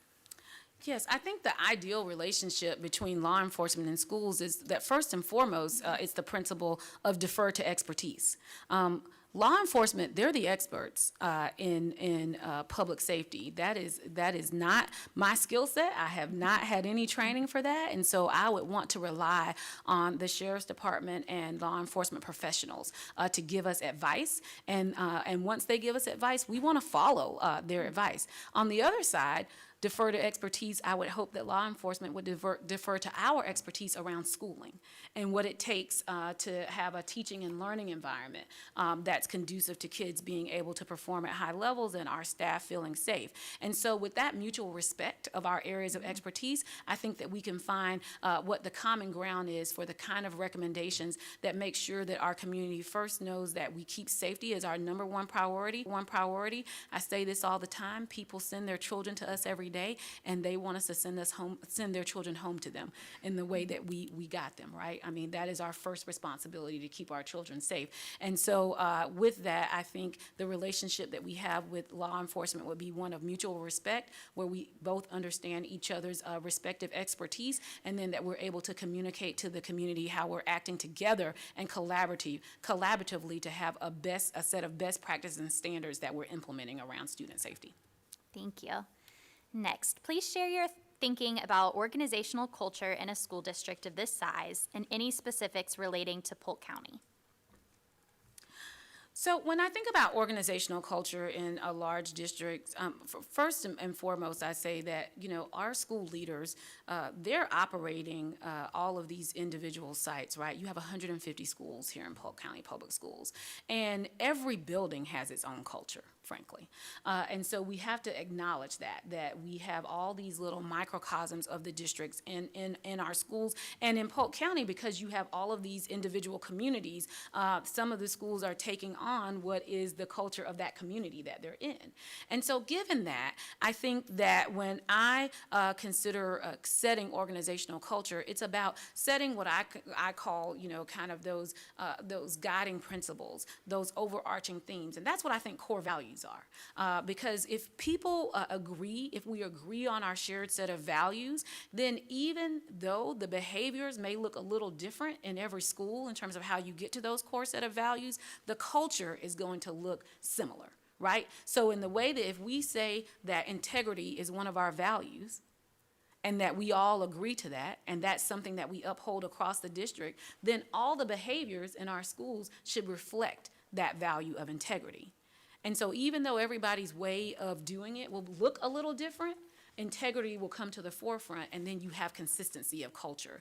And so for me, I think that I want to make sure that I share and lead with my personal values and connect that to the district's values, and make sure that our school leaders understand and know that those are the values that we expect to be upheld in the behaviors in the school. And that's how we build a cohesive organizational culture. I mean, it's all the things in terms of a positive culture where we celebrate successes, where we encourage each other, where we acknowledge the work that people are doing, where we respect each other, where there's kindness and empathy. That's how you build a productive culture and high morale, and I think that's what we've been able to accomplish in Hamilton County Schools. Thank you. A superintendent handles a variety of responsibilities. Of them, which do you feel the most qualified to handle and why? And for which of the responsibilities of a superintendent will you need additional support, and how do you plan to approach that area? So this is a great question. Of all the areas, and superintendency is, it is a unique animal in executive leadership. And I say this as someone who worked for 10 years in the private sector at high levels in organizations like Goldman Sachs and IBM, Fortune 500 companies, that the work that we do in public schools has a complexity that I don't think you see anywhere else, with all the decisions that need to be made, and then the importance of what we have to do in terms of with young children and folks, who are basically, have very little agency to be able to take care of themselves, and then all the adults that are in the building and having to navigate the adult needs of staff and teachers as well. So there's a lot of complexity to public schooling and to being able to run a large district, as we said, with multiple sites. So when I think about my strength, frankly, what I'm most prepared is that I have experience in a breadth of areas. I think that's the strength that I bring. And because I've had these different set of experiences, as I've talked about, context matters. When you're faced with something that you have no schema for, that you've never experienced, that you've never worked with, I think that it means that your learning curve is all the more steep in terms of being able to deal with that. And in my past 11 years working in public schools, working with public schools, districts, and the State Department, what I've learned is that as a leader, you're gonna be faced with multiple different areas and things that, frankly, you wouldn't have necessarily expected, but that you've got to be able to pull on your experiences as well as, of course, lean on your leadership. But I think in being an effective leader, you have to know the right questions to ask and be able to move quickly and with agility, and that means you need to have experiences. So when I think about technology, human resources, operational areas like transportation, food service, when I think about instructional leadership, policy, finance, when you look at my resume and my background, I have had experiences touching on all of those. And that means that I don't have to have a steep learning curve, and that I know the right questions to ask, and I know how to, frankly, select talent to be able to meet those areas and know whether or not we're getting a person who has the skills and competencies to be able to serve as the expert. When you say the area that I would need additional support in, when I think about this opportunity in particular, what I would need additional support in is understanding the local context and dynamics. This is a large county, and we got to see a lot of it, but I keep thinking about, to the point, the areas that I haven't seen.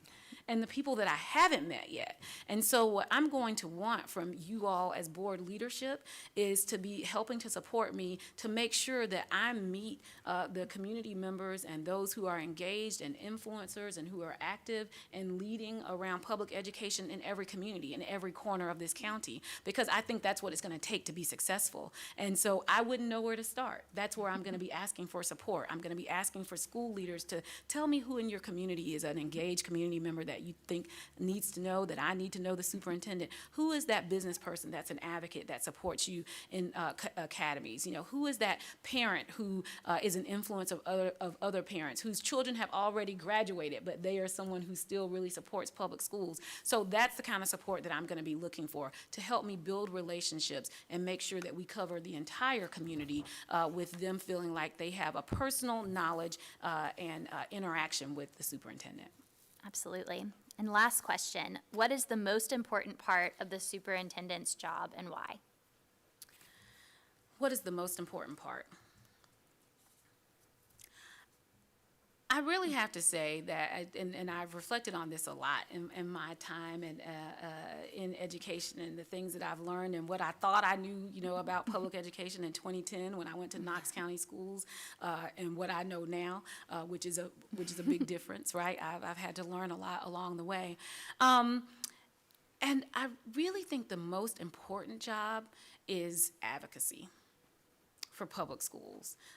What I believe my role is to be the outward-facing champion of the work that's being done closest to the children by our teachers and our school leaders, and that I am able to represent the work, the needs that we have, and all of the efforts that are being made, the successes and the accomplishments of our students and our staff, and that I'm able to represent that to the community at large, to policymakers, that I use that advocacy to make sure that we have the resources that we need, to make sure when there are things that just don't quite work for us in terms of what the accountability framework may look like, or what, you know, the categorical allocation we may have gotten, or what it might be, that it is my job to really represent the work of the 10,000 employees, 110,000 kids that are here in Polk County Public Schools. So that would be my charge, is to make sure that I go and I advocate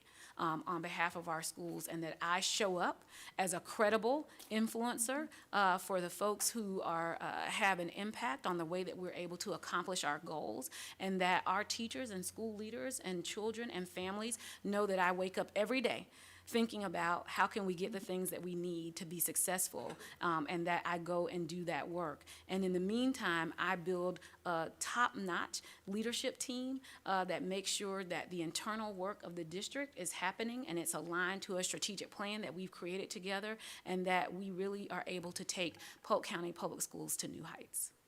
Awesome, thank you. Thank you, Ms. Reynolds. And now we're coming to our closing moments. So I, first of all, wanted to express our appreciation for you being here. And I wanted to congratulate you on being one of our finalists. That's quite an accomplishment. So I wanted to ask you, Dr. Towns, is there any additional information that you would like to share with us? And you may do so, if you would, in your closing comments. So I think in closing, I want to say a couple of things.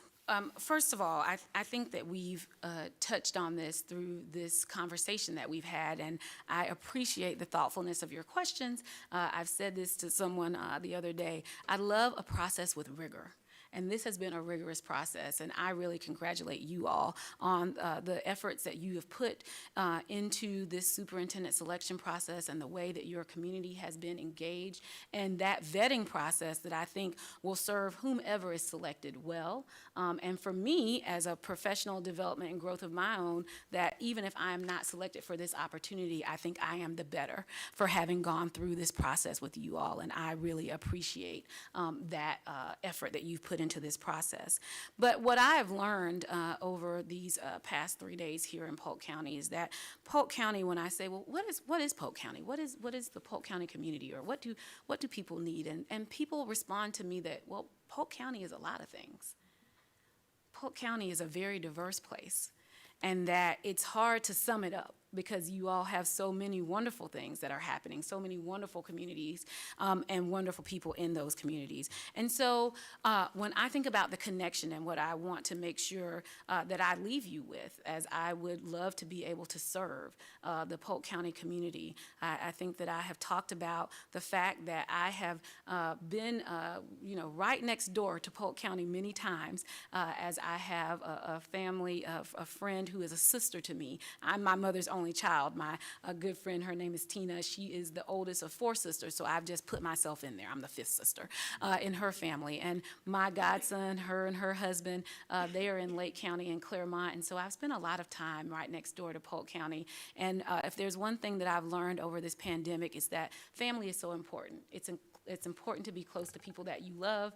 And my 16-year-old godson at East Ridge High School, it would be really gratifying for me to be here in his back door as we try to launch him, God willing, into college and the next phase of his life. And so when I think about the diversity of Polk County and what I would bring to it, is that I think I have a diversity of experience. And I think that what the future of Polk County is going to be is a little something different. And I think I bring a little something different. And though I have not had experience as a classroom teacher or as a school leader directly, I think that you have heard from my background and experiences that I have walked alongside teachers and school leaders. I have sought to serve teachers and school leaders. And the reason that I pursued a career in public education is because I want to honor the work of teachers and of school leaders, because frankly, without them, I would not be here. And so people are called to serve in different capacities. And when I left my career in the private sector after 13 years, I thought about how could I contribute? How could I make a difference, not just for one child, but for many children through the support of teachers and through the support of school leaders? And I think that there's been evidence that I have done that along the way. And I think that if you would talk to those who work in Hamilton County and in Knox County, the principals and teachers that I've worked with, the Teachers Association president in Hamilton County who wrote a recommendation letter for me, the Knox County Education Association leaders that I worked with, 2 presidents while I was there, teachers that I talk to every day to get their expertise on the work that they're doing, I think that it would become clear and apparent that I am a supporter of the work that teachers do and the importance of the work that school leaders do. Teachers make that most direct impact on children in their classrooms every day, but the biggest influence and impact on teachers is that school leader who's there every day supporting them. And so my work is to serve both of those groups of folks who are on the ground. And I have made sure that over the past 11 years that I've been in education, that I understand teaching and learning. I know the difficulty of what it means to lead a school and to have to make literally hundreds, if not thousands, of decisions a day in running a school. And I respect the work. I respect the work of our educators.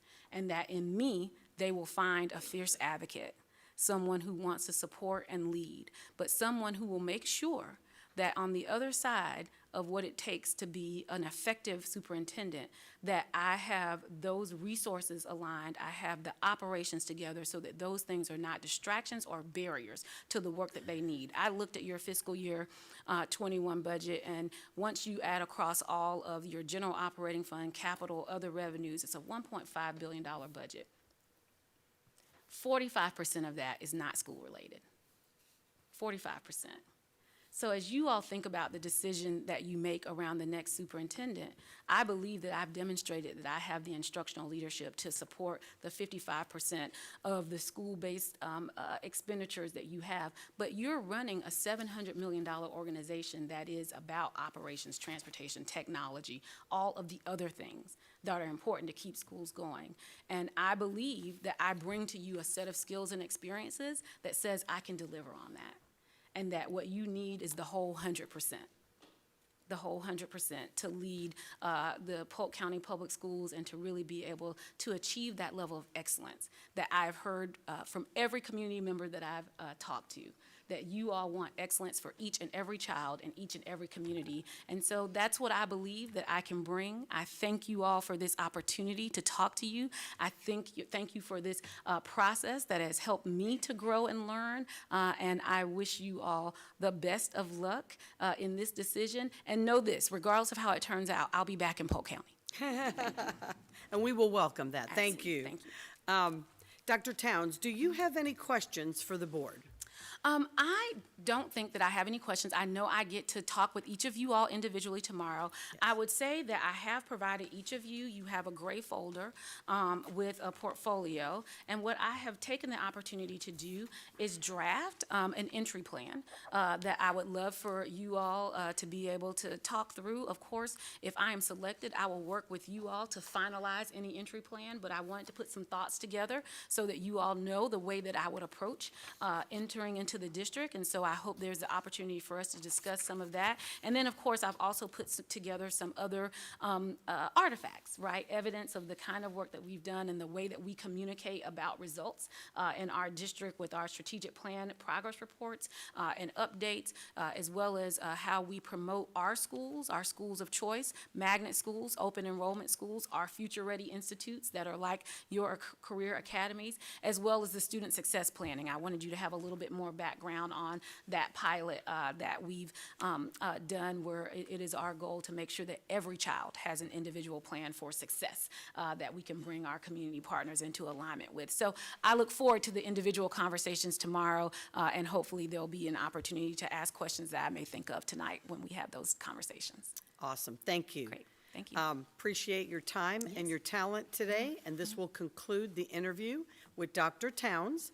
However, I just want to remind those watching, I'm not sure if this is live stream, but we do have a community meet and greet tonight here at Jim Miles, and it will begin at 6:45 p.m. here at the Jim Miles Center, and will be running until 8:45 p.m.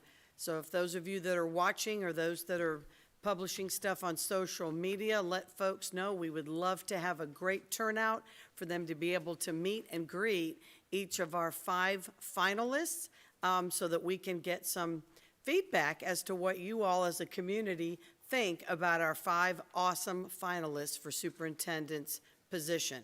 So with that, I say thank you, ladies and gentlemen, once again, and that concludes our portion of today's meeting. Thank you. We are now adjourned.